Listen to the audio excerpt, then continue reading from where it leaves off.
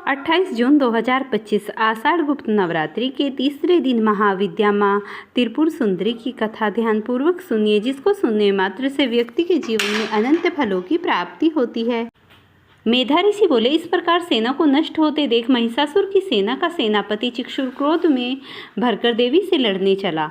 उसने देवी के ऊपर बाणों की इस तरह वर्षा की जैसे मेरु शिखर पर मेरु जल की वर्षा करता है। देवी ने खेल ही खेल में उसके बाणों को काट अपने बाणों और सारथियों सहित उसे मार डाला। तुरंत ही उसके धनुष और ऊंची लहराती हुई ध्वजा को काट डाला और उसके शरीर को शीघ्रगामी बाणों से छेद दिया।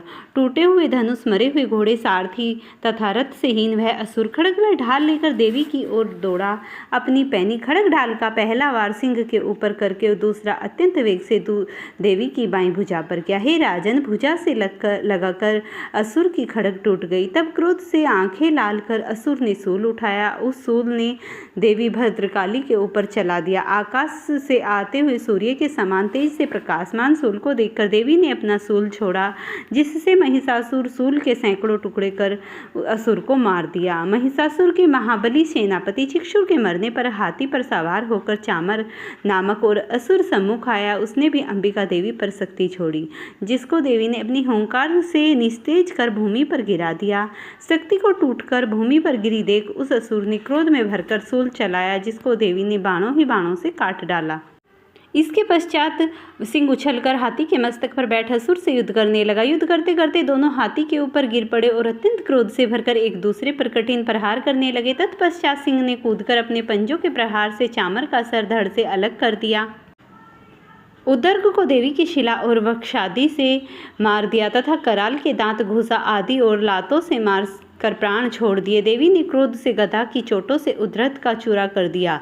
बामफल का भीमबिपाल शस्त्र से ताम तथा अंधक का बाणों द्वारा और गाश्य, उर्कवीर्य, महाहनु और त्रिनेत्रा नामक दैत्य का त्रिशूल से वध किया। भिंडाल और खड्ग से सिर कटा दिया। धनुधर व दुर्मुखी दोनों को बाणों से यमपुर पहुंचा दिया। महिषासुर इस प्रकार अपनी सेना का नाश देखकर भैंसे का रूप धारण करके देवी के गणों को डराने लगा। किन्हीं को नथुनों से, किन्हीं को खुरों से, बहुतों को पूंछ और अनेकों को सिंह से मार गिराया। बहुत से भीषण नाद से तथा इधर उधर घूमकर अनेकों को निश्वास भूमि पर गिरा दिया। पराक्रमी महिषासुर देवसेनी सेना को इस प्रकार गिराकर देवी के सिंह को मारने चला। तब देवी क्रोधित हुई। महाबली असुर भी क्रोध में भरकर खुरों से भूमि को खोदने लगा और सिंहों से ऊंचे ऊंचे पर्वतों को फेंकने और गरजने।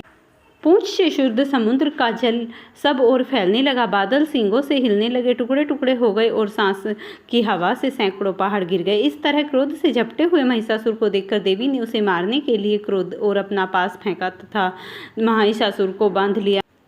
तब महायुद्ध में फंसे हुए असुर ने अपने भैंसे का रूप छोड़ दिया। वह सिंह हो गया। ज्यों ही देवी उसका सर काटने लगी त्यों ही वह तलवार हाथ में लिए वह पुरुष हो गया। देवी ने उसे शीघ्र ही बाणों से बींध दिया। तब वह हाथी बन गया और गरज कर सूंड से सिंह को खींचने लगा। देवी ने उसकी सूंड काट डाली, फिर वह भैंसा हो गया। पहले की भांति तीनों लोकों के प्राणियों को भयभीत करने लगा। तब माता चंडिका ने क्रुद्ध होकर बार बार उत्तम मदिरा पी और लाल लाल आंखें करके हंसने लगी। अब वह असुर देवी पर बल पराक्रम के मध्य में उन्मत्त हो पर्वत फेंकने लगा, किंतु देवी ने अपने बाणों से उसे चूर चूर कर दिया।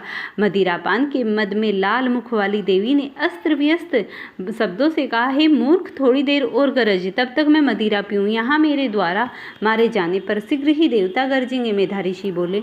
यह कहकर देवी उछलकर असुर पर चढ़ गई और पैर से दबाकर उसके कंठ पर शूल से प्रहार किया। देवी के पांव से दबे उस असुर ने अपने मुख से बाहर निकालने का दूसरे रूप से प्रयत्न किया। आधा निकलते ही उसने पराक्रम से देवी को रोक लिया। उसी अवस्था में युद्ध करते हुए असुर को देवी ने बहुत बड़ी तलवार से सर काट दिया। तब हाहाकार करती हुई वह संपूर्ण दैत्य सेना को नष्ट कर दिया। तब सभी देवता प्रसन्न हुए। देवता ऋषियों के साथ देवी की स्तुति करने लगे, गांधर्व नाच करने लगे, अप्सराएं नृत्य करने लगी। सभी लोकों में माता के नाम के जय जयकारे होने लगे। इस प्रकार तीसरे अध्याय का समापन हुआ। अगर वीडियो पसंद आती है तो इसे लाइक, शेयर और चैनल को सब्सक्राइब करना ना भूलें।